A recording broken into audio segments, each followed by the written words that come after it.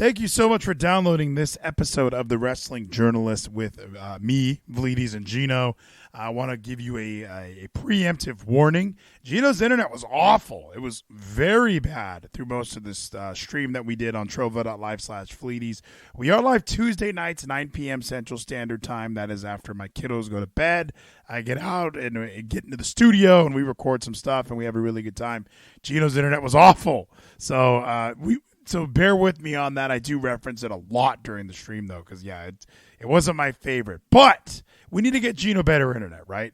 And if you want to help out the Wrestling Journalist, that means helping out Vleeties. And the best way to help me out right now is Manscaped.com. Now, I know that you've heard it. I know that 2 weeks ago, Geno and I could not shut up about Manscaped.com. The performance package, the nose hair trimmer, the beard trimmer, the lawnmower, everything that we got was fantastic from our friends over at Manscaped. And look, it's incredible, all right?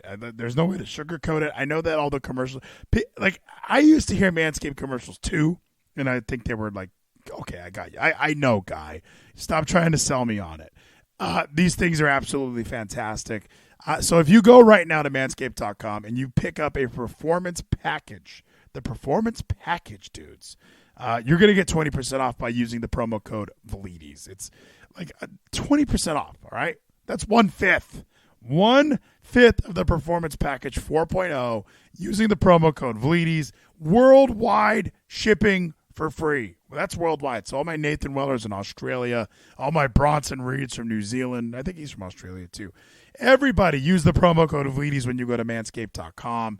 Really, really a fantastic product. I know you don't believe me because you think I'm being paid for this, by the way. I'm not. This is a trial run. So let me throw that out there. This is also just a trial, okay? They sent me the product and said, here, talk about it. And if you sell enough of these, then maybe we can do something in the future. So that's how this all happened, okay? I let you in. That's inside baseball. So make sure you go to manscaped.com, use the promo code Vleeties, and enjoy the show. Me and Geno from Tuesday nights, Trovo.live stream, Impact Wrestling No Surrender preview. Take it away. But that'll be discussed next time, Geno. Ladies and gentlemen, welcome. Come in. Come sit down. Come one. Come all. Everybody come. Put that shit on. Do your dance. Put that shit on. Thank goodness. At least that one works, Geno. There were nightmares. I got out here an hour before, which is, I was telling you before we went live, Geno, this is actually kind of the easiest Tuesday night I've had in a while. I was able to get out here on time. I was able to mess around. I found out what Kevin told me this weeks ago, and I'm slept. I was sleeping the entire time. I didn't realize that Streamlabs is like charging people now. They have like Streamlabs Ultra. So if you want custom sounds and custom images, you have to pay them money now. So tonight we're back on Botrix for one night. We're going to Stream Elements come next stream, Geno. Do you remember when we super kicked you right in the face? See, we got the old follower one back. Punished Liam. He's following now, Geno. But, yeah, there's going to be some changes, okay? Because now that I'm back from California, now that we are locked in on the road to no surrender, things are changing, Geno. It's going to be all changed for the better. We're going to finally be free of Streamlabs. We're going to have Stream Elements.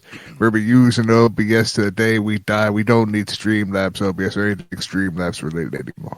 And, we are, like I said, we are on the road to no surrender. So I guess we could just cut right to it because we are and I say this all the time because it's true. When I look at the numbers for whatever God's reason is, anything that's named more niche, more Impact Wrestling, when I go down that path, for some reason those episodes do so well. You remember when we super kicked you right in the face? Oh my gosh, the Tribal Queef. Thank you so much for the follow. And I'm always shocked, because in my head, I'm thinking nobody watches Impact Wrestling, but maybe our niche is, Geno, is that since we are talking about Impact and maybe there's not a ton of podcasts that are doing that, that creates a little bit more of a, people aren't searching for me talking about wrestling or me talking about Johnny Gargano. People want to hear anybody talk about Heath and Rhino, that area of the wrestling world is only being covered by fewer people talking about that. If you try to listen to how many Impact Wrestling podcasts are known. I know there's Total Nonstop Impact, but I only know them just from searching Impact Wrestling. And that's something maybe they do.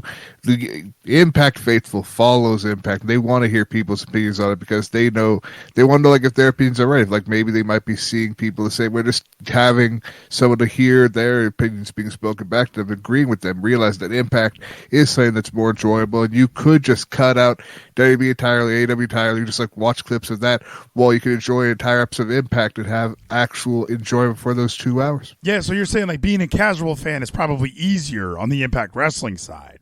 Maybe you are right too, because like even WWE is so long, and then when you just kind of scroll through YouTube and see what clips they posted, like obviously these are what they find the most important. So, because I know for me, I was in California all weekend. I don't know if I said that, Gino, but I didn't watch Elimination Chamber live with everybody, so I was kind of just following along as much as I could, and I watched most of it throughout yesterday and today. I didn't watch Raw yet. There's 3 hours. How am I supposed to watch that long-ass program? And this might go in line with what you've been suggesting. Let's just move to Thursdays. You'll have more time to watch Raw, and we can talk Impact Live. Like, it's not a terrible idea. I just love the feeling of post-TWFS. It's like, okay, that was amazing. Now let's finish. Malachi Black says, where is our 10 bell salute for Jeezy? Oh my, Geezy's alive. What does he mean by that, Gino? Don't worry, everyone. Geezy is alive. There are plans in the works. We just got to find time. Time is fleeting. Time is of the essence. Because even with No Surrender, Gino, and I know you guys love hearing me say this, I have a dinner party on Friday. This isn't a dinner party though. Somebody's coming up from San Antonio or something, and my darling mother, she wants me to go to dinner. I get it. I'm okay with that, I think it's okay to have dinner once in a while. Does it have to be on Friday, No Surrender Day? I know you could have asked her, can we reschedule for Saturday? Can that be the day? Or can this be earlier? Can this be a lunch time together? We could have a best lunch party. But they're like, no, it has to be dinner. So hopefully the night goes well and swimmingly, so you can at least be able to still join in as we watch No Surrender one way or another that night together with the people. Because my wife won't be home until like 6. So I'm thinking that since she won't be home until so late, I got off work at 4 on Friday. So maybe I could somehow just say like, hey, let's just rush to dinner at 4:30. We'll meet up and have a quick meal, and then I could head off. I could be home by 7 somehow. Well, I know it starts at 6 technically Central Time, because there's like a pre-show that Tyler wants to watch and other people want to watch. So I mean, I could at least try and do 7 and fire up. Oh, but then I'm gonna have the baby and my other son. So it's like all of these things are swirling into an impossibility to even watch No Surrender, which is why, like, in my head, I always have this plan, I always have this grand plan of just recording every night, doing something every single night, but priorities, the family comes first a lot of times, Gino. So I need to have 2 nights. I need to have Tuesday night or Thursday night pending, and then maybe adding that Friday night or maybe adding that Saturday to just record some stuff. But holy shit, we need to have it. We need to have more of me, and we need to have No Surrender Party. Yeah, we need to have No Surrender, just any Impact part. We don't need SmackDown anymore. Fuck SmackDown. They realized, Impact knew there are people that would rather watch real good, entertaining wrestling than just garbage, cartoon, sponsorship wrestling. So we could watch every Friday, fuck SmackDown, watch Impact, premium live events. Sponsorship part. I like that you call it sponsorship wrestling, because meanwhile I'm watching Impact and there's always like, New Japan Pro Wrestling, Battle in the Valley. Like, they're desperate too. They're waiting for that direct auto insurance to come back. They'll take a sponsorship at any moment. Whenever how many times do they say this Saturday night? That's my Excalibur impression. This Saturday night on Access TV, there's going to be another movie. Like, they're just, who cares? I know that Impact is probably the most watched program on Access TV, but hearing them plug whatever's going to be on this weekend is. No one's watching. No one's going to watch that. Just let it go, Access TV. We're here for wrestling. Maybe we'll check out your New Japan show. But we don't need to watch a movie with commercials, and you don't need to tell us that it's on. They do need to tell us about these Rock cuts. So I care about the Rock cuts and the Rock documentaries. Those are the only good parts of Access next to the rest. Gino, what'd you think of Moose not being able to break Santino's car window? I watched Impact Wrestling on the plane. I watched most of it on the plane. But I was so excited to write down on a little note, Moose can't break a car window. What was that bit? Did something go wrong or did something go right? Is that what it's actually like? I've never smashed a car. What? An Alexa bomb from Agent Jake. Thank you so much for the I was wrong spell. How did Deanna win that award? You know, it makes no sense. But yeah, like all I could think about when I was watching this Moose segment was maybe it's really hard to shatter a car window, and every other segment in the history of wrestling has been incorrectly portraying when we this. super kicked you right Oh in the my face? gosh, Evan W. Craig he just followed Gino. But Gino, did you see this window? Is this really how windows are? I think this is how Windows. Hydrate. I have it. Go ahead, Gino. Windows. I think this is how Windows really are. And Goldberg, just a superior athlete, wasn't having a problem willing to break his fucking arm just to break a real window. So I think Goldberg is stronger than Moose, but I think this was a real legitimate window. It wasn't a fake shit like WWE has. It was a real like WCW's Goldberg window. Yeah, because that was all I could think was like, why is this window not breaking? Goldberg was using hand, by the way. He was using just straight up hand. Moose had a bat. So watching this segment, I thought was the Hex. You know, I even what was this promo, Gino? Okay, where do we go? Impact Wrestling is the greatest wrestling product on television. It's no question anymore. I watched Elimination Chamber, but you kind of okay, like Edge, he won, and this Impact show is so fucking fun to watch, and I think it's getting easier to tell people that too, because the expectation is obviously lower because it's Impact, and they're having more fun with everything that they're doing. So it's kind of like every time I check in on Impact now, the design. This show's great. This show's so good. But, you know, what did you think of the Hex? They are now in Impact Wrestling. You and I have been fans of the Hex since their time in the National Wrestling Alliance. You're excited to have them back, right? I am excited to have them back. I'm just really surprised. Like, we brought them back, which is great. No Shred is going to be great with the Hex. But we also built up, like, weeks before, we're going to have Killer Kelly and Taylor Wilde, the witch that's connected to the Shadow. Even though Rosemary's born from the Shadow, we set up this idea that we're going to have a tag team feud, but no, the Hex are even stronger, so they're intertwining themselves in this. So we're actually adding more to the Knockouts tag team. It's great to see, so I'm excited to see where this goes with this newly formed team of Killer Kelly and Taylor Wilde getting involved in some way. Yeah, because even thinking about Killer Kelly and Taylor Wilde and what they were starting to move towards, that seems like it's kind of been kiboshed or at least shoved to the side a little bit, because now we have Marty Bell and Sienna back in Impact Wrestling. Obviously, two veterans of Impact Wrestling. It's good to have them back. But great point. Like, we were going towards that. Like, what was the point of having them? Because they were going to fight. Like, that was going to be their, Killer Kelly's challenging Taylor Wilde to a fight, and then Taylor Wilde flipped it on her and wanted to become a tag team. And this is what they should do in Impact. If you're not in the singles division, you're in the tag division. Like, there's not enough room to have a bunch of singles matches happening. Although we do have Tiana versus Giselle on the pre-show. But let's take a look, Gino. This was fantastic.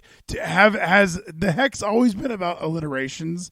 I feel like I have not watched, not alliterations, but just puns or, yeah, like just the way she was talking. Does Allison Kay always do this? Has she been doing this in NWA? How sad is wisdom when it brings no profit to the wise, deaf dolls. You've found that to attend to at the moment, so you keep up the good work, ladies. Oh, I went too far. Next Knockouts Tag Team Champions, the Hex. Oh, Gino. Hello, Impact. It's been a while. We have come to extinguish the competition. That was so bad. Like, but is that awesome? Like, now Impact has this trickery. Maybe it is Father James Mitchell, Sinister Minister, doing this to me. But this is so bad. Like, extinguish the competition. Like, if this happened on Raw, we would cringe and wonder why we watch wrestling still. Is it because it's Impact? We're a little bit more like, no, this is fantastic. I mean, there's some, like, you could say, like, oh, WWE would do this because we had the disarm her, we had the manhandle slam, all these things that Becky would do to, like, get alliteration, not alliteration, but again, make these puns. So puns are always good, and it's great that we do have puns in wrestling, and I think the Hex are just going to keep adding more great puns. Yeah, but the manhandle slam, like, manhandle's an actual thing, and disarmor is, like, clever because it's like take her arm off, disarm her, but also, like, take away a weapon. So I'm a lot more okay with that. When I hear somebody like on here say hextinguish, like that's not manhandle, that's not disarmor, that's we're just trying to fit our name into whatever we can. And oh my gosh, hextinguish the competition, Geno. And we're going to extinguish the competition and support the Hex, even though the Death Dolls are going to retain, because Death Dolls are the best tag team. Do you think so? Do you think there's not really? Because I'm watching this right now, and I'm just thinking, you're bringing in the Hex for a reason. You're already they're on a rocket ship for the tag titles already. Doesn't that seem like maybe there's a little bit more? There's something behind the Hex. They like having the Hex here. Does that make sense? It does. It also makes sense with Fowler James Mitchell. There's going to be some involvement with Rosemary and him since we have Taya and Jessica as the tag team champions. So there's history that we're going to be able to call back to use even more with Rosemary that will help the Hex lose the titles, not have the championships. They're going to be chasing a little bit longer because I do feel there's going to be some type of connection with Taylor Wilde and Killer Kelly getting involved either during the match or after the match. All right, Geno. Maybe you're right. Maybe you're wrong because the Hex, I feel like you're bringing in the Hex, and the way they're doing it, they're winning. Like, or maybe you're right. Maybe you're right. Maybe there's a chance that this all just leads back to Taylor Wilde and Killer Kelly. Although, from somebody who's been watching this, I don't think that there is that. I think it's just, hell, we were going to do that. Now we're going to. If you liked what we were doing there, make sure you watch PTI. But if like for the tag division stuff, you need to make sure that you check out. You need to make sure you check out the Hex now, and whatever you're hexpecting, it's going to be better than that, Geno. I know it will be better than that, but it's going to be amazing matches with the Hex versus the Death Dolls, and the Death Dolls need to win. I feel it's a big moment for them, this no surrender, this big championship defense, because we did lose one tag team, Savannah Evans and Tasha Steelz, but now we have two tag teams to take their place. We're going to keep growing this tag division. Hey, and you're a wrestling journalist. What's the latest? Where is Tasha Steelz gone? There were rumors of WWE. There was rumors of AEW. Is it official? Has she staked her claim somewhere? Is she going to be a surprise at some sort of indie show? And I haven't been able to see anything about Tasha Steelz going anywhere, but there is that report that Triple H said there's a major player, even bigger than Jay White, that he's looking into. It could be Tasha Steelz, could be Kota Ibushi, could be Kenny Omega, could be, since they use the term major player, Matt Cardona, Brian Myers. It could be anybody. It's this major player they're looking into. Yeah, someone was commenting, like Booker T was commenting on the rumors of it being Kenny Omega. I know we're going a million different directions, and I'm not sure how this plays when people are listening to it in their cars, but what do you think about Kenny Omega? Because if he ever went to WWE, I don't know if do you think he would pull off the AJ Styles, somebody that would immediately fit in and become a WWE champion and have a nice run in the WWE, or does he come in and make a splash? He's exciting for a couple months and it just fizzles out, almost like a Nakamura or something, or a Finn Balor. Can we count him in that? Because coming from the outside and having such a name like that he has, I can see him coming in and then they don't know what to do with him after he gets his Rollins match, he gets his Drew McIntyre matches, and then eventually it's going to be him versus Otis, and we're confused as to why we brought him in. We might be confused to why we brought him in, but I feel like we're going to be leading up to eventually when the Young Bucks come to WWE as well with Kenny. We get the New Day with hopefully healthy Big E versus the Elite. That's what's going to be. We're going to be slowly building up that with Kenny fighting all these other wrestlers, hopefully getting Kenny and Roman like people were fucking wanting for some reason. We get this big match eventually, but then we set up for the bigger match of the New Day versus the Elite. Gino, I don't think I cursed yet, and you just cursed, so I thought we were switching to a PG format because Impact Wrestling is more of a PG show. So, no, I'm just kidding. I think there's one more in here, Gino, for us. Hex has won tag team championships all over the world, and we have finish. Is that true, Geno? I know Marty Bell's one of my favorites, but have they won tag team championships all over the world, or is it just in Nashville? They've run it a few times around other different locations, so technically the world counts, because especially NWA is worldwide. Everyone can watch it on YouTube. That's true. That's legally able to watch YouTube, so that's fine. It's worldwide. But they've never won a belt outside of America, is what I'm thinking from this. This promo comes off like very corny for me. Like it's Allison Kay doing a weird hexpecting, or what did she say? Hextinguish the competition, and then Marty Bell doing like the speaking of the world, I've wrestled all over it. Like just kind of the cliche wrestler in the mirror talk. James Mitchell's the only one who knows the storyline. It seems like these other two girls just sort of showed up. Death Dolls, you're holding something that belongs to us. Yeah, see? At no surrender, Hex marks the spot. Oh! That's right. Now, ladies, I just want you to know that the boss is over the moon with what you've done to the Death Dolls. He's getting you ready for something really special. So I'm sure you've got this all under control. Do you like the fake crowd noise in the back? Because it kind of does add This is a real crowd noise. What are you talking about? This is not their fake one they used in 2020. This is the crowd we got in this live event. Geno, this is the fakest crowd noise ever. There's no bumps. There's nothing. It's just sort of...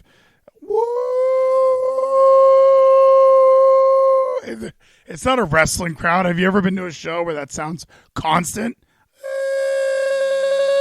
Yes, they put it in there so it makes it sound constant, like they did back in WWE used to do in like 2000s with the blow drum sound. That was around the crowd too. Oh, I'm going to have to bid you adieu. You see, one of the problems with selling your soul is you don't get a lot of sleep. So I've got a lot of things to do, and I've got some havoc to attend to at the moment. Havoc! So keep up the good work. Thank you so much, Geno's Vacuum. Be well. You didn't sell your soul, did you? Yo, no. I didn't sign anything. I didn't sign anything. No. I read the fine print. Are you excited, Geno, that Hex is in Impact? I am excited that Hex is Impact. I'm excited that we get teased like Havoc. So like Jessica is this chaos, this life that the Death Dolls need, that he's teased that Havoc's going to come back, or even Nevaeh or Su Yung. There's so much we could have come back from his boss, the Devil, which is still in kayfabe. Rosemary's dad, who is Kevin Sullivan. Oh, when I watched this, I didn't even notice Joe Hendry's walking away from the car. So this is so on the nose, like, and I love Impact Wrestling. This is just such what we do here in Impact Wrestling. We film it, it kind of looks good, and we just run with it, dude. And it gives it it's real. This shit feels so real when I'm watching it. So for those listening on the podcast, this happened on Impact this past Thursday. Joe Hendry's walking away from a car and doesn't notice Moose, the big giant black dude with a suit on, walking right next to him. Like just kind of. Thank you. Oh, Geno's Vacuum, a new subscriber. Watch this shit. Watch Moose. Now this is real. Like this is the most real thing in wrestling.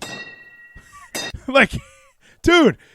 What is this car made out of? I mean, he's hitting the glass. And first of all, no reshoot. Like, we're going to run with this. That thing sounds like it's metal on metal. What kind of window is this? This is one of those new Tesla models. We have the completely titanium windows that will not break no matter how much force you put into it. Do you think that it's... I don't know. Me says Moose is trying to ruin that Hertz car. Let me see. Yeah, see, or was he missing? Is that the other thing? Was he missing? Like, that's the only thing I could ponder, is that the reason it sounded like he was hitting steel is because he was hitting steel. Because podcasters, again, I'm so sorry. He takes two massive swings. I mean, that hit the window. He takes a massive swing at this car window, and nothing happens. Nothing happens at all. Like, it just doesn't do anything. It looks better. The window looks stronger after he smashes it once. He swings again, and nothing happens again. And then on the third swing, finally there's like a shatter. And it's not like and by shatter, I mean it looks like a baseball hit the window. It's not like the whole, because I'm expecting like Austin 316, the glass is just falling everywhere. Is that not how windows break? And it's how Tesla models break. Because I think maybe this was us them trying to make fun of the whole Tesla performance that they had. It's a BMW, but like there's that truck in Elon Musk wanted to show off and be like, oh, look at how much damage you could do to it. It won't fucking budge. He fucking hits him with the bat, hits him with weapons, and then he throws like a big fucking brick and it does damage to it. So maybe this was also making fun of Elon Musk subtly remembering the trend. No, Gino. You're so nice to Moose. This is Moose looking like shit. Actually, I'm looking at this. Might be a Ford, Gino. Just look. I'm trying to see what the tire, like what we're seeing on these rims here. It's not a subtle Tesla mockery because no one would know what you mean, and it's why would you do that to make Moose look like shit? Like, oh, well, yeah, well, he was hitting one of those Tesla. Like, no, the audience knows this isn't a Tesla. The audience knows this is just like a Ford. Or I'm looking at the front, and I see this little shine right here. Is my mouse on the screen? This looks like a little BMW hood ornament, or it could be a Benz also. But the tire, is that a Benz? Who knows? But just watching him smash. I mean, this window will not break. He hits it again, and it's like another like baseball hits the window. But I'm assuming if you're a wrestler and like a Dodge Charger, this is what it sounds like. And I'm watching him swing it, and you just want the glass to shatter. This doesn't make Moose look good. But it makes Joe Hendry look good because he picked the right car for the job to make sure he would not get any damage on him. And also, Joe Hendry is smarter than Dancing Moose. What the hell are you doing? Teaching Joe a lesson. Real? By smashing my car? This sounds awesome. Really? So? It's my car. Boom, Mike. My steering wheel's on the Oh, other yeah, side. floating in the air here. That's just enough of this. Give me this back. Somebody has to teach you a lesson. And you know what? It's going to be you, Joe Hendry. Hey? Had no surrender. It's going to be for the Digital Media Championship. And it's going to be a .combat match. And they're doing so much of this now. They got Santino. Everything's a joke. And it's nice. I don't know why. Because maybe with Scott D'Amore, they were trying to be AEW or they were trying to be this serious wrestling company. But they had Santino. They bring in Barry Horowitz. They have Dirty Dango running around. Like, everything they're doing is so silly and gimmicky, but at the end of the day, Josh Alexander is like the best. Like, it's this weird wrestling show, and it's so good.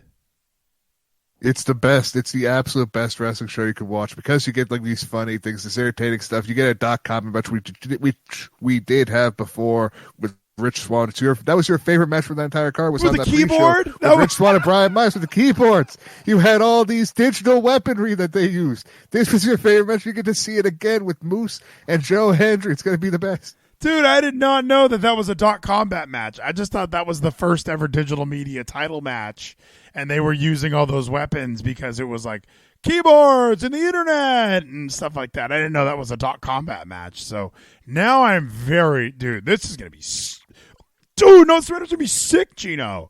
Okay, so we do need to get into our predictions for this card. So this Friday, we do have one more show. We do have one more Impact Wrestling this Thursday night before we get to No Surrender. However, the card is pretty much locked in, right? Like, you don't think there's going to be much changes come Thursday. And even if so, it is pre-recorded. And also, to keep talking, the hard cam was back. Like, that kind of bothered me. I didn't like that they were showing the stage again. The arena looks so empty and quiet without people in it.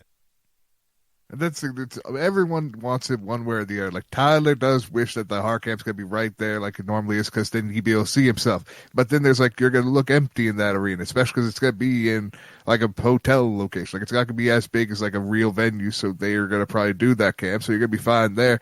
But yeah, it does look empty when you don't like really show off the crowd. But it's gonna be an amazing show nonetheless. And I think there might be like maybe 1-2 more matches on the card because there are some people that are in the middle of something that could be added to it that they don't have on the card right now. And I got to be honest, this is a stacked card because you go to some of these, like you and I watch a lot of Impact Wrestling, and there are premium live events where it seems like they just fucking throw dirt at the wall and they're like, here's a pay-per-view. Like there'll just be a Heath versus Moose match and nothing else is booked until you get there. And then Doc Gallows is fighting Black Taurus for no reason. It's like, hey, we're going to have one half of the tag champs in a singles match.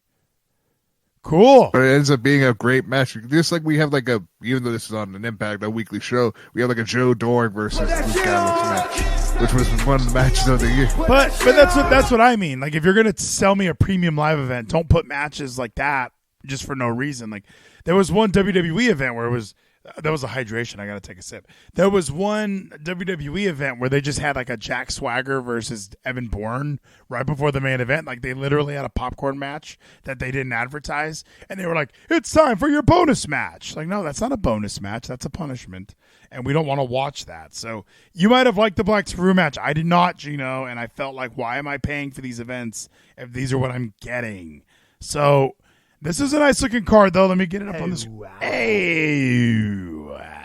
Thank you so much, Gino's Vacuum. He got that promotion, Gino, and that TV. Gino, how's work going? Work's been going good, man. I've been working a lot of it. Sounded like this week and next week I'm working like the overnight shift around like 7 to 1, 6 to 1. So like I sadly like tomorrow I'm gonna be working tomorrow. I'm gonna be missing the AEW, I'm gonna be missing TWFS since I'll be getting off work around like 12:30, 1 o'clock. So I'll sadly be missing the show. But I know it's gonna be a great night working. Dude, great night working. Gino, there's so much happening on this card. This No Surrender is beefed up. So like I know it's the post Hard to Kill event, so they're really going all out. They are not. There's no dilly dally on this one. So let's start with the pre-show, Gino. They built this match with some oatmeal. Giselle Shaw and Deonna Purrazzo 1-on-1. They're going to push Giselle Shaw, but not over Deonna, right? Doesn't this seem like this should be at WrestleMania? This might be the biggest match in their history. And no, Giselle's losing. You don't have Giselle Shaw beat Deonna Purrazzo for no reason. This could be a big moment for Giselle Shaw to get that big win after all that chili was poured on her, but I feel Deonna does get this big win on the pre-show for everyone to be excited, have a babyface going over the first match of the night. Deonna Purrazzo is like their Hulk Hogan. Like, you can't have her just lose on a pre-show to Giselle Shaw. So I'm going Deonna Purrazzo, Gino, and what's Steven Larson do? I'm putting 9 confidence points on that one.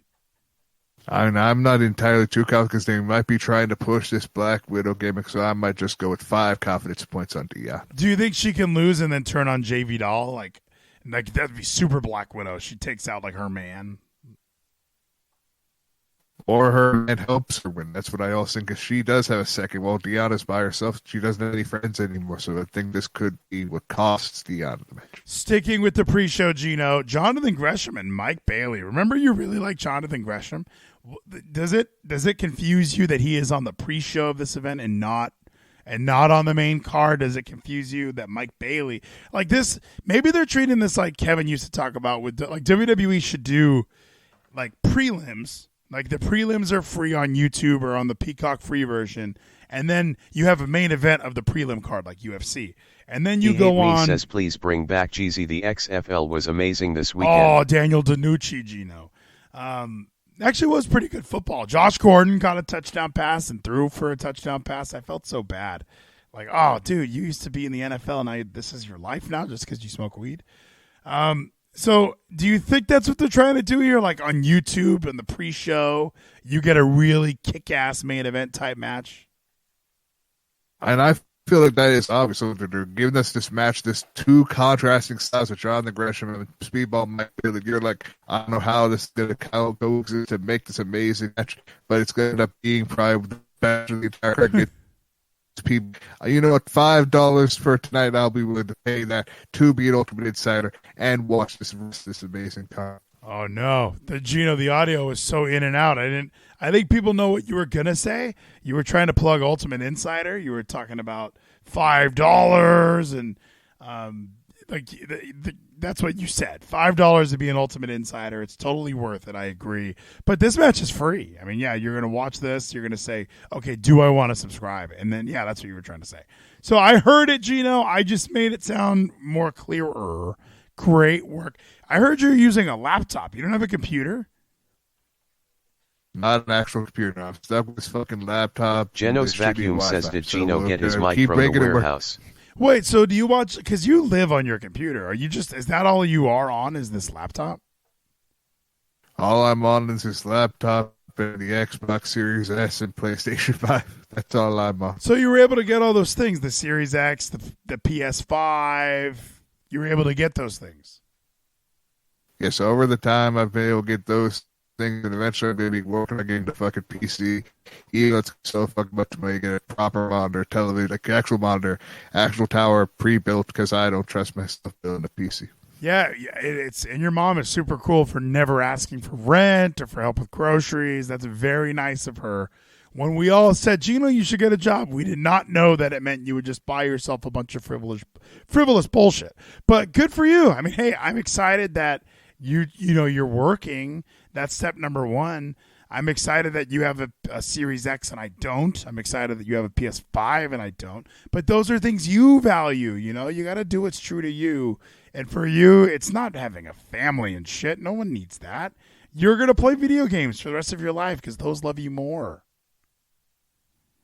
Yes, there are things that are never going to leave me and deceive me and lie to me and make me feel worse and worse about myself, make me question if I'm a good, honest, hopeful, trusting human being, and I fucking want to kill myself sometimes because I never know what's good about me, if I'm even a good person, if I try to be. Is it just because I'm doing it out of selfish gains, or am I doing it selfishly? I never understood, because some people don't make me feel trusted and make me feel like I'm just, which does deserve happiness. All right, dude. Yeah, good point. All those were great points, Geno. You were Robo Geno again, but I think everyone understands what you're trying to say. Like, yeah, you're just depressed and like you don't want to connect with anyone, So, great job, Geno. You're amazing. Keep doing your thing, dude. Let's take a look. Mickie James, Masha Slamovich is not good, Geno. They gave her that promo and it was bad. I did not enjoy her promo that she did. I haven't enjoyed her work in Impact Wrestling. Kevin messaged me today, what happened to Lady Frost? And I had to break the news to him that Lady Frost was unhappy with her booking and thought that she should have got the same treatment that Masha's getting, because they're pretty much the same person, except one of them is attractive and good at wrestling and the other one is Masha Slamovich. So why do you think Masha is getting this rub? Do you think it's just the Russia thing? Do you think it's like Glow season 1? We got to have the evil 4 and heel. And then why do we have to make her talk? It sucks. Masha's amazing worker. I have to see a match. It was like Beyond Wrestling or some other independent promotion where she wrestled a guy that I know you love so much, your favorite wrestler, Daniel Garcia, in a Pure Rules match. And this match fucking made me realize she worked a pro wrestling match, catch as catch can wrestling match, or the hardcore shit. Okay, you sounded good at the end of your speech. So if you get hung up on unexpectedly, we're going to plan on reconnecting. But that sounds awful, Geno. I don't like Daniel Garcia. I like that you were saying like somebody you would like Daniel Garcia. He's one of my least favorites. The way you're cutting the Robo promos, that's Daniel Garcia. So you're doing a great impression tonight. Mickie James is winning, though. I think Masha's I don't think it's worked out the way that you're thinking it is. Mickey's in the heck of a run here. Her and Jordan Grace have to run this thing back. Why not let them run it back at Rebellion? You're right. Even though we did close the last chapter of the last rodeo, I think she's still going to go on with, if she loses this match, she's going to retire, and I feel they're not ready to have her retire just yet. We do need Jordan Grace, Mickie James in Canada, and that's what we're going to have. Yeah, I think so. I think Jordan Grace is going to get the belt back, and I think it's off of Mickie James. This is very reminiscent of when Moose had the belt. We were all just kind of waiting for Josh to get it back. So in between Josh getting his belt back, we had to do Heath versus Moose. This is our Heath versus Moose. It's Mickie James and Masha fucking Slamovich. So keep moving on. We'll save Josh Alexander. You know what? Leave Josh Alexander right here. Josh Alexander and Rich Swann is a perfect example of I don't believe Rich Swann is going to win this match. I don't. The storyline hasn't really been believable that Rich is going to win the match or take the belt off of him. It's clear that they keep referencing how far Rich has fallen down the card and how far he's fallen in popularity. And by referencing all those things, it's only making it more and more obvious that, yeah, he's not even on the same level as Josh Alexander. This match could open the show. Josh could win this match and then sit back and wait for who he's going to fight next, because that fatal 4-way is a lot more intriguing than Rich Swann having a title shot. And I do kind of agree with that. I feel like Rich Swann obviously is not going to win, but I think this gets set up for what will be an even bigger match next month, because I don't think he is signed with AEW. He's just worked a couple matches, even on TV. We bring back Willie Mack and have him wrestle for Josh Alexander have an amazing match with Willie Mack Coldstone versus the Walking Weapon. No, we're going. This is your time, Geno. You're getting your Macklin. Macklin is going to get his title shot finally. This is it. Macklin's going to win that fatal 4-way. Macklin, PCO, Heath, and Brian Myers. So Brian Myers cost Matt Cardona the Digital Media Championship. Cardona's going to cost Brian Myers this match. PCO costs Eddie Edwards entry into this match. Eddie Edwards is going to cost PCO this match. Macklin can beat Heath easily. So it's going to be your boy. This is your moment. Steve Macklin is finally getting his title match. He's going to beat PCO. He's going to pin Heath Slater is pretty much what's going to happen here. He's going to pin Heath Slater. And how excited are you? I'm excited if it happens, but my whole thing is I feel Josh Alexander, the amazing worker he is, would be able to have an even better match. Again, all four of these guys, great competitors, great match we could be able to see with Josh Alexander, no matter who wins, whether it be fucking PCO, Brian Myers, or Heath. And yes, I would love for Steve Macklin to win, but I feel this is the time that we give PCO a title match. What you think right now, while he's in the middle of a feud with Eddie Edwards, and Steve Macklin has been complaining that Josh Alexander's been ducking him, that Impact Management hasn't been giving him his title shots. He's on a winning streak against Rich. He just beat Rich Swann, the guy who's getting a title shot. So you think after all the buildup that they've been doing for Steve Macklin, somebody that I hate and you like, you think that they're going to still skip over Macklin to give PCO to give him a shot? Yes, that's why I'm going to put 9 confidence points on Steve Macklin winning this match. Okay, thank you so much. Yeah, this is the Steve Macklin. This is Austin Theory in an Elimination Chamber. It's so obvious Macklin is getting a huge win here. This is 9 confidence points on this one. I have 9 confidence points here, 9 confidence points on Josh Alexander. I have 5 confidence points on Mickie James. So I will give, there is some wiggle room there. I didn't even pick Gresham and Bailey. We skipped right over that. Why would that be? Gresham isn't as good as they think, right? Mike Bailey should still be winning matches. I'm going Mike Bailey, even though Gresham just lost his he got this feud to come in and fight with Eddie Edwards, and he lost. Mike Bailey won his feud with Kenny King, and he's fallen down the card for some reason. So who wins this, Geno, Gresham or Bailey? Well, here's the thing. You think he beat Kenny King? You don't see what I said. List of Kenny King when he talks about this. He won. Kenny King proved Speedball Mike Bailey's a scumbag piece of shit who will try to kill you in a match. So again, Speedball was the loser of that match. Gresham's going to win. Okay, no, Speedball won that match, but Gresham does need a win. So I'm gonna, but Gresham sucks. Why would you push Gresham? You have Mike Bailey, who's unique, fantastic. Mike Bailey's getting the big win here. He's Speedball. He's awesome. We got to keep him. He can fight Josh Alexander at the next Premium Live event, and he can even say last time we wrestled, we fought for an hour. What's the next event called, Geno? What's the one that they're doing in March? Is it Sacrifice? At Sacrifice, we're going to go one-on-one for another hour in an Iron Man match. I can't wait. I would think they would do that in Toronto. They would do that for Rebellion. I think Speedball, Josh Alexander, Canada, Iron Man match, hour long. It'd be perfect. Yeah, that's what they're building towards. You got to keep Bailey winning matches because we're going Macklin next month. So pay attention, Geno. Let's go with your other boys, 6-man tag, which of course we love a good trios tag match for nothing. Time Machine, which is the Time Splitters and the Motor City Machine Guns combined. Alex Shelley, Chris Sabin, and Kushida taking on the Bullet Club. Kenta. Kenta's coming to Impact Wrestling. He's teaming with your boys, Ace Austin and Chris Bay. This seems so obvious the Bullet Club is going to win. New Japan doesn't just let their stars come, ergo Kenta, to do the JOB to non-New Japan guys. These are the New Japan strong guys. They can lose to the New Japan real guys. And they could, but at the same time, we did have Kenta beat fucking, Darren Young. We had Kushida's team beat Josh Alexander's team. We had the Motor City Machine Guns retain the tag team titles. We had these big things happen at Battle of the Valley, which could still consider what's going to be happening at the Multiverse United of March. this is gonna be a big moment. I think Kushida could win. I think like the safest bet would be the Bullet Club with 2 confidence points. Is it Discord? Well, because I'm looking at all my levels, everything's great. Internet's kicking ass today, Gino. Is it? What is Georgia under a tornado warning? What's happening? My connection just has been garbage all day today, man. I have no idea. It's been like at 50 megabits per second.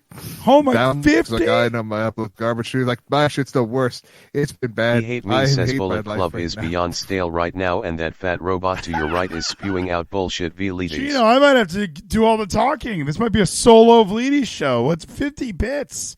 That's not even a cell phone. What's happening?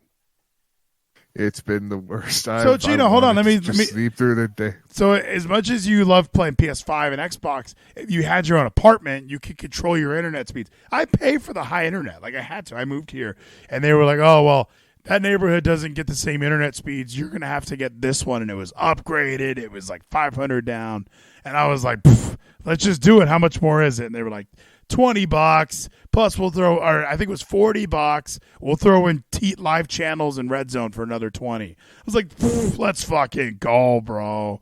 So I got all this awesome shit that I have to pay for, Gino. You can do that too. You know what? That's something I will keep in mind. I'll think about what I could do to help make this internet either here better or just going out there. But right now, there's no places like that I could live sufficiently close by my work. I even keep on getting these fucking notification emails from apartments.com and fucking roomies.com. All this shit that I was trying to look up for, like, is there possible we're close by? And I'm just getting matches by people that are also looking instead of actual apartments in places I could live. Well, yeah, because you just get an apartment. I know that's like, I know you're going to not live as close as you'd like to, Gino, but that's just how it works. Find an available apartment and get it. Or tell your mom you want to pay for the internet and you'll pay for nice internet. We have the Death Dolls, your favorite, Gino. Jessica and Taya Valkyrie are taking on the Hex.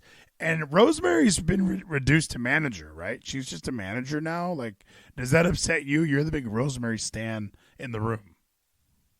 I'm upset that we're not doing the free bird rule with this, but I understand Impact stays faithful for who the tag team champions are. They have to defend it.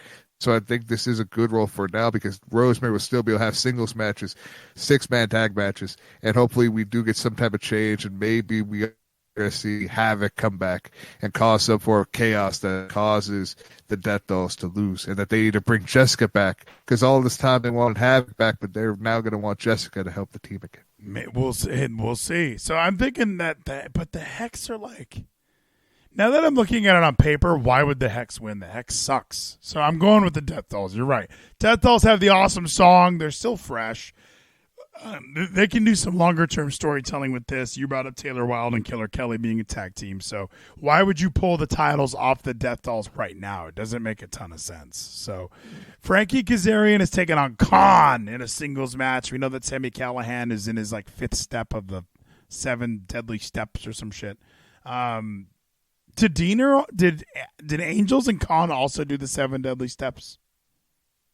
For all we know, they did that off screen. They didn't need to do those in matches. He realized that they were ready to be a part of the design. After he killed Eric and was able to have this moment for these two that proved themselves to his true design, not the violent by design. So I think we're picking Khan, right? The Callahan helps Khan win. Frankie Kazarian, welcome back to Impact. You're going to be putting people over. I feel like Frankie Kazarian's going to win, and that's going to lead to some to the match where Sammy's going to have to prove himself one more time by having to kill Khan. That he has to take that next step to be a part of this by having to kill Big Khan. Joe Hendry and Moose, this is the main event and probably our main event because, I mean, I feel so bad, Gino. The internet is so bad where you are right now. Like as soon as you go to speak, it immediately cuts out. So Joe Hendry is taking on Moose in a combat match for the Impact Digital Media Championship. Once again, breaking all of the rules. This title is supposed to be defended. I guess it is technically for Impact Plus subscribers and Ultimate Insiders. It's not on pay-per-view, and it's not on television. So this is a digital media exclusive in a lot of respects.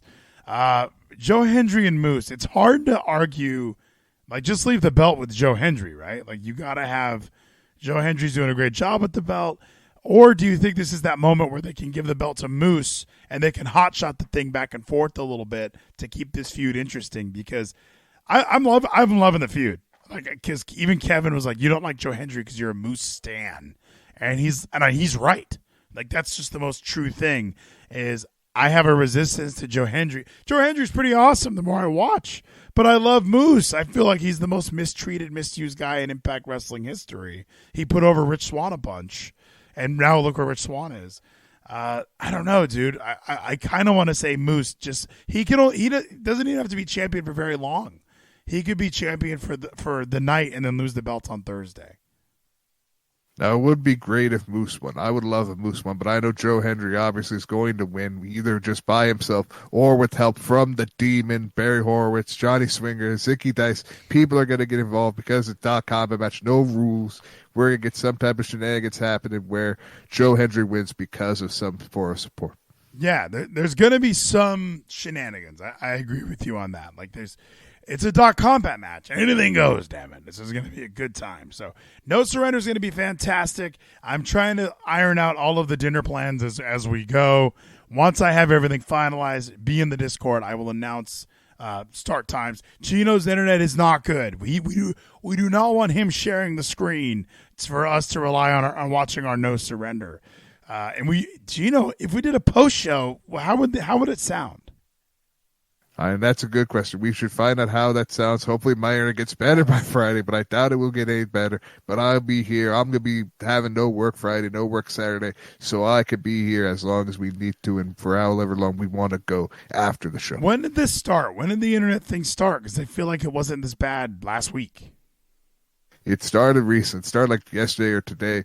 I don't know like why it changed, why this fucking T-Mobile shit is becoming garbage and garbage today. I don't know how I can fix it. We'll see what I can do. T-Mobile. Yes, I have shitty T-Mobile. T-Mobile's phones. Why are you guys using them for your home internet? I know they advertise it like it's a good deal, but dude, nothing beats fiber optic cables running through your town. You know, you're right about that. And that's what I do need to look into, how we could just get good, proper internet. That's all we fucking need is great internet compared to this fucking T-Mobile shit. Yeah, there's no reason to really. I get it. Like, that was T-Mobile home internet, $50 a month. There's a reason it's so affordable. It's because it sucks. It's like you're relying on cell signal. So that's why I asked, is there a tornado nearby? If the weather is bad, it's not going to work out. So stay tuned to the Discord, and if Genos Vacuum says reset your Wi-Fi modem and close Pornhub tabs. Yeah, Geno, no more of that Pornhub shit. Like, you don't need it, Geno. Get rid of it. I recently discovered I had a relapse, Geno. I did watch some porn a few weeks ago. I had a terrible day after I watched. Like, I just was so depressed. I feel like it really brought me down. And I think that is something that people don't understand, is when you chase a temporary high, something like pornography, it definitely does weigh heavily on your soul for, like, the rest of the day. And I've noticed that from time to time, but then there's times I'm like, I need this just to release and go to sleep. And then I realized, okay, I could sleep now. I feel better. I wasn't pent up with all this rage and wanting to hurt myself and hurt others. I was safe that I was able to just calm down and relax and sleep and not be in my own fucking head. I think that's where exercise helps me. I think doing exercise and just going in and lifting some shit. Like, I think that helps me not want to hurt people, Geno. That's sad that you just said that. Like, I want to hurt people, bro. And there's just points and times when I'm just like remembering and being in my own head, thinking about people that hurt me and made me think like a bad person. Maybe because I have these negative, like, not even positive, no form of negative, like only negative thoughts in my head sometimes, just when I'm stuck in my own head thinking about all this shit. And I'm just like, maybe I do want to hurt others, but I don't. Deep down, I know, like, I don't. These things happen for a reason, and I try it's all to make me a better person in the end, and hopefully I learn from this, even though it still sometimes weighs on me. And isn't that interesting that for you, like, oh, you know what would make me feel better is jerking off, which isn't true. Like, you're still depressed. Like, that's kind of the same. That's that pattern. That's that cycle that people reference, where the more you're depressed and you do nothing about it, the more you're depressed and do nothing about it. Chasing a temporary high like heroin, alcohol, masturbation, like, it doesn't fix the problem. You're still alone, sad, and angry, and then you jerk off every once in a while. True, and that's why, like, I've been having, again, ways to distract myself and try to feel better, like work with filling up time that makes me feel at least I'm doing something for myself and for others to help and take care of others to the best of my ability. All right, Geno, help and take care of others. Best of your ability. Geno, your internet. Tell your mom you want to pay for the internet and get Spectrum or get some better internet. You can help. And that's what I'll look into, is finding a cheap internet that I could, or not cheaper, but like more affordable internet that I could just pay for. Be like, here, I just want this. Let me pay for this. How about that? Thank you, Geno's Vacuum. Geno, just get good internet, all right? You can splurge on some things once. You have a fucking Xbox. Get good internet. So, Geno, before we ride off, because the audio is a problem, I might record something solo afterward just to kind of balance the levels. The padding on the Elimination Chamber. I know they added this a few years back. I was watching this chamber match with Johnny Gargano bouncing around doing his shit and Montez Ford doing some awesome stuff. The padding really does suck. Why does it? What is that? Why does the padding? Is it because we had so many years of the steel grate and Jericho would talk about the Whopper grill marks on his back? And now we have this padding. Why even have the chamber? It's just a battle royal. But it's a special battle royal where we have glass, too. We get the glass involved. We have these spots on this giant pod-like structure so we can have a big acid rana or actual regular hurricane rana that you didn't expect to see happen, where you almost could have died. I did see. Well, he almost didn't. He did that really well. If anyone was going to die, it was the guy landing on the back of his head, Bronson Reed. I like that Corey Graves thought Gargano was the one who was in trouble. Gargano landed on his belly. Like, he was the fine one. How about the 400-pound guy landing on the top of his head for no reason? Jim Cornette hated that, right? You know Cornette hated that shit. What'd you think of that Elimination Chamber? When everyone was coming out, I thought, this sucks. Why? But as the match was going on, I thought, what a great match. And I really enjoyed all the spots that they put together. And even with Austin Theory picking up a dub, I think it makes sense. They're trying to really push over this Theory guy because he's fighting Cena. Yes, we want to push Austin. And I felt like the spot with Seth and Johnny Gargano where one of them could have died. I thought that was a great spot. But I feel the best cage spot from the entire night was Nikki Cross's dive to the outside. I think that was the better cage dive we got from this amazing Elimination Chamber. Not only is your audio bad, Geno, you completely ignored what I said. How do you feel about Austin Theory winning the Chamber? Okay, with Austin Theory, I feel like it's a great win for him, especially since he, again, not going to spoil anything, but he may still be U.S. champion spoil today. Spoil it, yeah. You mean like spoiling Raw? Just spoil. Yeah, spoil Raw. We're wrestling journalists. We all read results. We're fine. Just pretend I read Edge results. lost. We have Edge to go to fight Finn, so we're going to have Austin Theory setting up for his big match against John Cena that we know is going to have the WrestleMania Night 1, and that's going to be the main event, and then Night 2 is going to be Cody and Roman.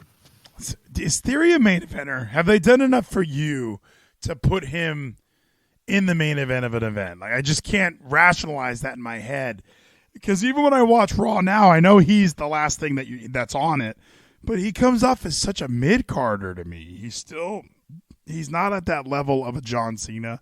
He's not at that level of even a Finn Balor, who's not very high up there right now. He's just not. And I know he's been champion. I know he's still selfie guy who's asking Vince McMahon for advice to me. And that's why the Forever Champions main event match is going to be second to last match on Night 1, because the main event match on Night 1 is going to be Bianca Belair and Asuka. No, Charlotte and Rhea, right? They could do Charlotte and Rhea, but I think partly they want to have Bianca to be a two-time woman, an African-American woman who's been in the main event, because they want us to forget about Sasha completely. Have to be like, this was the main event that she main event of WrestleMania, because Sasha did not happen. We need to scrub Sasha from history. Yeah, you got to stop jerking off. Just the way your brain works. Like, everything's vindictive. Everything's like, well, we need to do this because we need to erase. Like, no, like, if last year we had the Royal Rumble winner challenge for the belt Night 1, and we had the Royal Rumble winner challenge for the belt, well, I guess Night 2 we had like Kevin Owens and shit. So, Night 1 we had that. But you don't think they're just going to do Royal Rumble winners again? I kind of liked them doing that because it added some prestige to that women's Royal Rumble. They couldn't. Maybe they will. Maybe you're making me see that they should do this right and have the Royal Rumble winners be the main events. But I'm also trying to think like they want to make Bianca be the real star that she is, even bigger than Charlotte and Rhea. But she's already bigger than Sasha Banks. Like, that's what you were saying, is like she needs to be bigger than Sasha by main eventing another Mania. She has a championship match at WrestleMania, so she's definitely already. Her versus Asuka isn't that sexy. Am I crazy? Like, it was very predictable. Asuka was winning that Elimination Chamber, especially when I got down to her and Carmella. What was that, Gino? Who's booking these things? Carmella last?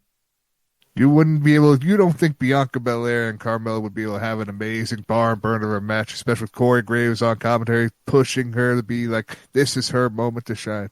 But yes, it was obvious Asuka was going to win. I'm excited for Asuka to be a WrestleMania. She should be main eventing, but I feel maybe you're right that they're not going to have her main event. Well, like Carmella and Bianca, that's the Rolling Loud Classic. They had that match at Rolling Loud where everybody started chanting, "We want puppies!" Like, so, yeah. I'm pretty sure I know, like, their feud's over. They've wrestled 600 times. I never thought for a second Carmella came back and is now doing her old moonwalk gimmick, and that's going to equate to her winning, going to WrestleMania. I never thought that for a second. So, no, I had no suspicions of that. Gino, Bobby Roode recently made an appearance after a 4-month hiatus. So in my notes, I was even like getting ready, like, hey, what happened to Bobby Roode? Because I have been watching some old Impact stuff, and Bobby Roode is somebody I was clamoring to get to WWE. When he made it to NXT, I was super excited. I thought it was going to be really awesome. Gets to the main roster, immediately thrusted into a U.S. title reign. Forms a random thrown together robe-wearing tag team with Chad Gable, which I thought was stupid. Then gets thrown into another tag team with Dolph Ziggler, which I actually thought was okay. I actually liked the Dirty Dogs, and I thought that made sense. Like, okay, these two guys are like mid-card, upper-tier mid-carders that aren't going for singles titles. Let's have them be a tag team. But, like, why do you think? And I'm always curious to ask you these questions because you are so hot and cold with wrestlers, but what are your thoughts? Like, why didn't Bobby Roode become the single star? Sadly, it's because of Impact. I think WWE still at the time when Bobby Roode came in, they still thought this is an Impact guy, this is a TNA guy. We don't want to give him any form of recognition or respect. And then we're like, we make him into a comedy character? He's not as good as R-Truth, so we can't do comedy. We'll just keep throwing him into tag teams because we need tag teams in one way or another to try to fill up our tag team division. But there were guys like, Drew McIntyre was back before Bobby, right? Or am I getting them mixed up? Like, I guess Eric Young is another good example. Yeah, like AJ Styles was kind of the one who shattered that mold of send the Impact guys to NXT and let them figure it out. Ergo Bobby Roode, ergo Eric Young, ergo Drew McIntyre. James Storm was there for a cup of coffee. So they were throwing some guys in there like, hey, you guys wrestled somewhere, but you got to wrestle here. And then AJ really shook that whole thing. But I want to say even Bobby Roode got to the main roster after AJ, didn't he? Wasn't he in NXT during that time? Yeah, he was. So even with like, let's rub off the stigma of NXT, I think Bobby Roode just couldn't get over on the main roster. I don't know if the Glorious gimmick just didn't translate. Didn't he have a Night After Mania debut? Like they gave him everything they could have. What is it? Is it his in-ring? Like I can't. He's somebody that when I rewatch Impact in 2012, I think, man, this guy would have been great in WWE. Genos Vacuum says, what are you talking about? Gino Mattel gave him an elite. And yeah, he got an elite. And I watch him in the main on WWE, and maybe Quigley in the chat says Glorious like killed him. But in NXT, I thought we all loved Glorious. So my brain has never been more confused by all of this. It's because he never like changed. It was just like, oh, this dude who just has a really over the top theme song that should fit him and it's perfect for him. But he never like changed to showcase anything more than just I'm this guy and not the it factor, the guy who we know could be a main eventer. It was just this guy who's like, oh, big robe, Ric Flair, fucking turning around, and he just looks like this fucking over top character and not the it factor of professional wrestling, the selfish generation leader. He just is a loser compared to what he could have been. And even like the promo of like, it will be glorious. Like, isn't that just believe at the end of the day? Like you have your gimmick is a phrase. Like that's all you really have is your music is glorious. Your robes is glorious. All you talk about is glorious. Like there's no levels to that. So it wasn't going to work. Dirty Dogs, at least I felt like there were some levels to that for some reason. But yeah, him coming in as Glorious was just trash. And even the matches, like they had the Glorious DDT. Like you can't just say like, here's the Glorious backdrop suplex. Like, you know, you can't just throw the word Glorious in there and suddenly the move is a showstopper. That's right. We'd rather see the Roode bomb that he had for a very short time before they switched it to the Glorious DDT. We'd rather get the Roode bomb. I did enjoy the Roode bomb in TNA because it came so late. Like when he was 2012, Bobby Roode was doing the crossface. Like that was his finisher, was the crippler crossface. He was still using the double R spine buster. He was still doing the payoff, the fisherman suplex. He had some moves that always kind of remained in a staple. And then he turned babyface and started doing the FU, but the FU that ended in like a suplex looking position, the Roode bomb. And I thought that was a good finisher. But he is somebody that could just be using a submission. I thought the crossface was a great idea, good move for him. Spinebuster, crossface, kind of simple. He has a body shape of Benoit. It kind of made sense for him to do those moves. I wonder, but yeah, in WWE when he gets there, it's, no, do a DDT. Like whose idea was that? Is that just, hey, that Roode bomb looks a lot like the FU. We can't use that one, pal. Hey, we can't use that when you're from Canada. You can't do the crippler crossface because of that connection. So we need to not have you connect anything. You have to be your own character, your own gimmick. So what did you do as self-assured? So is it all about yourself that you were Glorious, you were over the top? Okay, that's what we'll do. You're not going to be that character. You're just going to be Glorious, and you're going to have a simple move because you're a simple man like a fisherman suplex. That's a great move. How dare you? You don't like the fisherman suplex? I'd rather see Mr. Perfect hit it than Bobby Roode. Well, yeah, that's the perfect plex. Jinder Mahal had a title match tonight, Gino. I did not watch NXT, but this is something that was kind of making the rounds about how shitty NXT is now. I like Jinder Mahal. I really do. I think that the way his career has kind of gone, like he was thrown into a spot as the WWE champion. I don't know if he was ready for it, like in-ring wise. I don't think he was really that good at wrestling. Like his new body was still figuring out how to wrestle. And they threw him into a spot. He had a feud with Randy Orton, which I thought they gave him a great person to feud with, but they never really put him over. You know what I mean? Like he had to have Great Khali coming to help him out. He didn't have Samir and Sunil. His only win as champion, I think, was against Nakamura at that SummerSlam. And then when he lost the belt on a SmackDown to AJ, it was more and more proof that he's not like really the champion though. Like him versus Brock might have put him over. Might have, like, at least make him look formidable for Brock, but they didn't want to do that. And here he is on NXT getting a championship match. Wasn't somebody just talking shit about Braun Breaker, calling him like not the future of WWE? I don't know who would have said some shit about Braun Breaker. I know he is the future. And I thought like this was going to be a good setup because we have Jinder with his group with Veer and this other, I forget his name, but this great group that we are building up to and helping Jinder. Like Jinder could help them. If he was champion, we'd be able to build them. I missed NXT, so I don't know if he won or not. He should have won, but I know that Braun, they want to really keep that belt on him until they find someone who could be this real next star for NXT. Yeah, give Braun Breaker something to chase. You know what I mean? Like he's coming off as just this dominant babyface champion who can't be stopped. Why not give Jinder Mahal and all of his cronies, we have the belt now, look at us. Like I think that's a great way to position like, you know, Jinder Mahal as this heel champion again. In NXT, I think that gimmick works a lot better than it did in WWE. He no longer has the Singh brothers. He's got two big menacing dudes.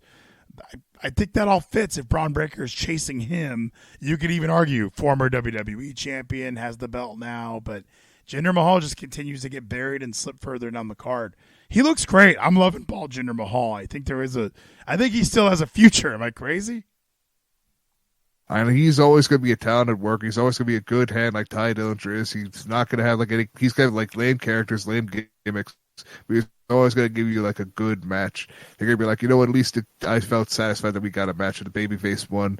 And with how they're also saying like Carmelo Hayes is going to be the next challenger for Braun Breaker, it makes sense that Braun still probably retains this because Carmelo's going to probably be the guy to beat him. Yeah, I agree with you on that. That like we're trying to build a Braun Breaker versus somebody. Do you think they'll even do something at WrestleMania? Like, is his title reign getting to that point where we're going to see it on WrestleMania? We're going to see it at Stand and Deliver. That's going to be on the Wednesday and the Tuesday. We're going to have the 2-night Stand and Deliver like we did the one year to try to fill up the entire WrestleMania week so that way indie shows can die in their eyes. All right, Geno. I think with audio permitting, I think you and I are going to sign off the live, and then maybe I'll get in the studio here and do some additional stuff. But I do want to. So I want to make the announcement. Stay tuned to the Discord. I'm going to iron out these plans for Friday. If I can get home by 7, I will get the stream up in the Discord. We will all watch No Surrender together, and then we can do a post show afterwards to discuss the event. Or if we do a companion, we can just discuss everything live. But that will all be pending on dinner times and times wives arrive. So there's a lot of if, ands, or buts to come from that, but we will see what we get. I'll be back tomorrow night for the whole effing show, Geno. So you said you're not going to make it tomorrow. I sadly will be at work. I will not be able to make it. Hopefully you guys have an amazing night on Wednesday. Hopefully Dynamite's not as garbage as it looks, but I think Dynamite's going to be the worst it's ever been. Yeah, somebody was even asking me about Dynamite, and they were saying like they saw it and they said it was awful. Why does everyone like it? And I said, well, put that shit on. Thank you, JR Ramrod. I was even saying like it was so good for a long time, and I made this comment forever about they're gonna run out of that moment of, oh my gosh, I can't believe they got Daniel Bryan. Oh my God, I can't believe they got CM Punk. Oh my God, Adam Cole. Like they're gonna Cesaro. They're gonna, even John Moxley was one of those. They're eventually gonna run out of those moments of quickly Sting. They're gonna run out of new people showing up to get a huge pop. And they're in kind of that phase right now where these are your guys. This is all the talent. There's way too much talent on this roster. It got too overinflated, and you know what's sad is they would actually probably benefit from like a WWE trimming the fat. You know how every summer WWE cuts like 11 dudes. If AEW trimmed 11 dudes, it would actually make the roster better, and we'd be excited to see where those 11 dudes ended up going. But AEW they have so much content that they just shit out of their assholes, It's okay for them to, we'll sign all these dudes. They could be on AEW Dark Elevation. They could be on AEW Dark. Doesn't matter. Oh, Rampage needs guys. Oh, Eddie Kingston got in a fight backstage. He'll never wrestle again. Andrade, he'll wrestle once in a while. Who's Dragon Lee? He can go to WWE. So there's so many guys that they just keep bringing in. Like, AEW kind of sucks now.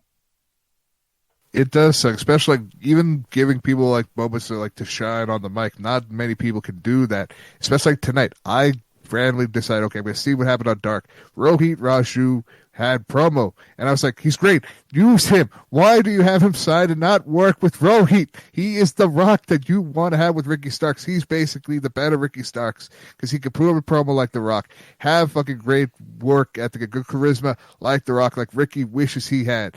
Ricky's just a wannabe Rohit Raju, and they just need to put Rohit on television. Rohit Raju. Rohit's 48. He's not the next Rock. He is the Rock. You can't. We need to get Rohit on TV. I like Rohit too, but it's his fault for leaving Impact.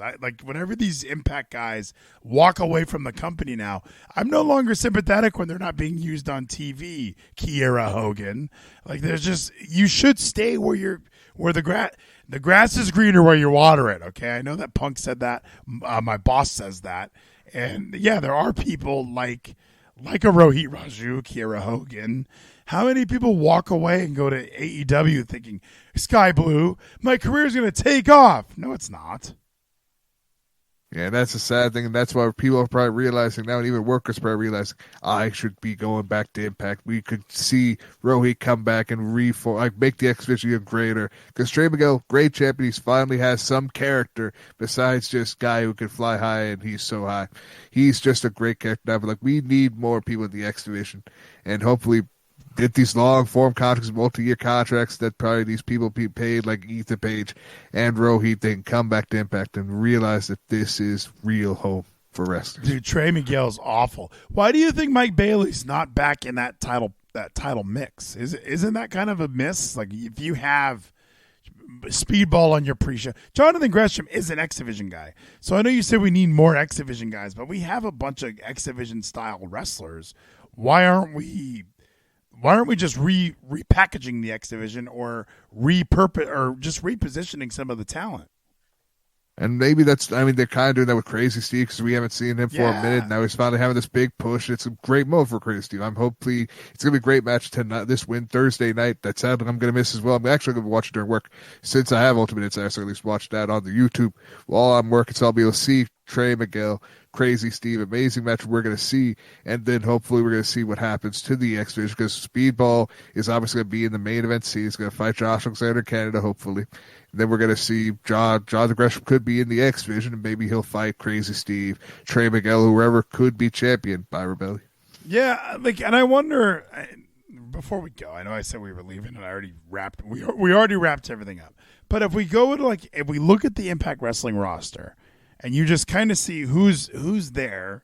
Angels is somebody that isn't really in the X Division at this time. Kazarian is another guy that they're probably not going to put in the X Division, but can be an X Division guy whenever they need him to be. I don't know. Their X Division isn't missing much. You know what I mean? Like and it's hard with Impact because you don't know who's going to be on roster next week. Everybody leaves really, really quickly here. Ace Austin is somebody that can be in the X Division. Aiden Prince, I don't even know who that is. Gino, who's Aiden Prince? He's been in Impact for a good minute now. They've not been using him on TV. Just like Gujar's gone for some reason. We have these two guys who could be working, and they're not on TV at all. So hopefully we could even see Gujar in the X Division because he'd be a great worker. They were trying to put Gujar over. They really wanted him to be up there, and they've kind of cooled off on him. It wasn't working for me, so maybe that's what it is. The other problem with Impact is if you miss a TV taping, you miss 4 weeks of television. That's just what happens with this company. You maybe can get on BTI if you're wrestling on the indies somewhere, but if you have an indie booking on a Saturday and that's when a TV taping is, you're missing all that television and you're fucked. That's why guys like Brian Myers are on TV all the time, because some guys are smart enough to know, I can make this television thing my career. And Brian Myers has his wrestling school, and he makes the TV tapings, and he's an Impact staple. He could be in the X Division. You don't think Brian Myers could fit in that? Maybe you're right. Maybe this is all leading to Matt Cardona versus Brian Myers for an X Division number 1 contenders match, and then the winner goes on to Rebellion. I'm just saying, Diener is another guy. X Division, since there's no weight limit, you can argue, anybody can technically be an X Division champion. I know that style equates more to a Trey Miguel and a Mike Bailey, and that's what we'd probably want to see. But you can easily see them throwing Eddie Edwards. Isn't Eddie Edwards a former X Division champion? You could see Kazarian getting thrown back in there. Jack Price, no one knows who that is. Jason Hotch, we know who that is now. None of these guys. There's plenty of X Division people here. Kenny King, John Schuyler. You could throw all these guys. Laredo Kid. See, this is one of those guys on their roster. He's not really on their roster. But he's worked a lot of matches, and he could still come in at any time when they need him. But you know what? Maybe, because, again, we do have the whole 50 wins. Maybe if we do get Johnny Swinger to get those 50 wins, the title match he gets is not a World Championship match. It's an X Division Championship match. Tasha remains on this website, dude. I'm seeing Tasha Steeles. Maybe we could find out what the latest is on our favorite wrestler. But I'm pretty sure you're right, by the way, that she's going to – you're thinking AEW, right? I'm thinking WWE. I'm believing those rumors that she might be the major player they're talking about. Okay, so she's the major player. She's the one going to WWE. Gosh, why isn't the whole wrestling world talking about it, Gina? She's requesting time away after signing a new contract. So maybe she's not going anywhere. Maybe she's just staying in Impact. She just needs a minute to recover from some injuries or really think about what she wants to do. But if she signed that new contract, she's not going anywhere.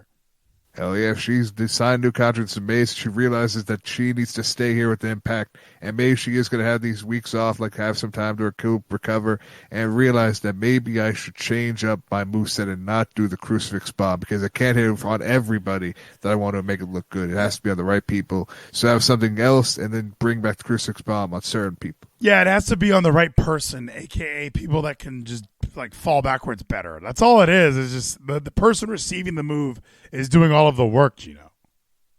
That's true. So people receiving them, but also she has to make sure she can lock the arms behind them. It's like some people can't really like do that perfect stretch as well as others can. So she needs to hit it on the right people. So she needs to learn one more new hold, have this new fish, this new angsty, this new anger as she becomes a single star. Since Savannah Evans is going to be murdering people on her own. We are ready for Impact Wrestling this Thursday night. It's going to be great. YouTube $4.99. Like, I know that's so cheap. Like, it's such a good deal. There's so much content as being an Ultimate Insider. I even saw an ad like you can be an Impact Plus subscriber. Like 1 year is $71. And I even thought about it. Like, is that better than? Like, it's not. Ultimate Insiders is $60 for the year. So I don't know what the difference is. I guess Impact Plus, everything's on there all at once. Where it seems like Ultimate Insiders, they have a bunch of stuff already uploaded, but then they'll announce like, we've uploaded more stuff. And I think there's a little bit more of a rotation on YouTube than on Impact Plus, where it's just that's the whole content library. But there's so much stuff on Ultimate Insiders, and just being able to watch Impact hassle-free. Because I used to be a Twitch boy. Remember when Impact was on Twitch and they were getting made fun of? It's like, no, that was genius because I actually watched that shit. And it made it easier to watch. So amazing times in our lives, Geno. You're going to be, you're home Friday for sure. You'll be able to watch No Surrender.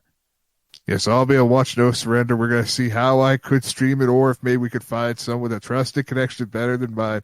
And you know what? I might be willing to chip them $5, maybe $10, so they have 2 months of Impact Ultimate Insights that they could stream it, so we could have this going on one way or another that Friday night where everyone could watch No Surrender. That'll be fantastic, Geno. But I'm hoping to be home in time. I'm going to throw that out there. Hey, I get off work at 4. Let's just go to lunch immediately so I can go do my shit.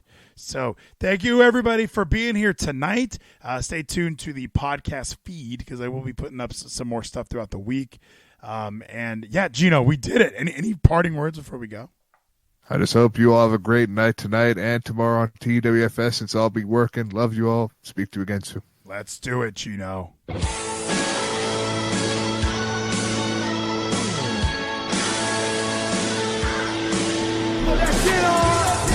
Man of Israel, TK.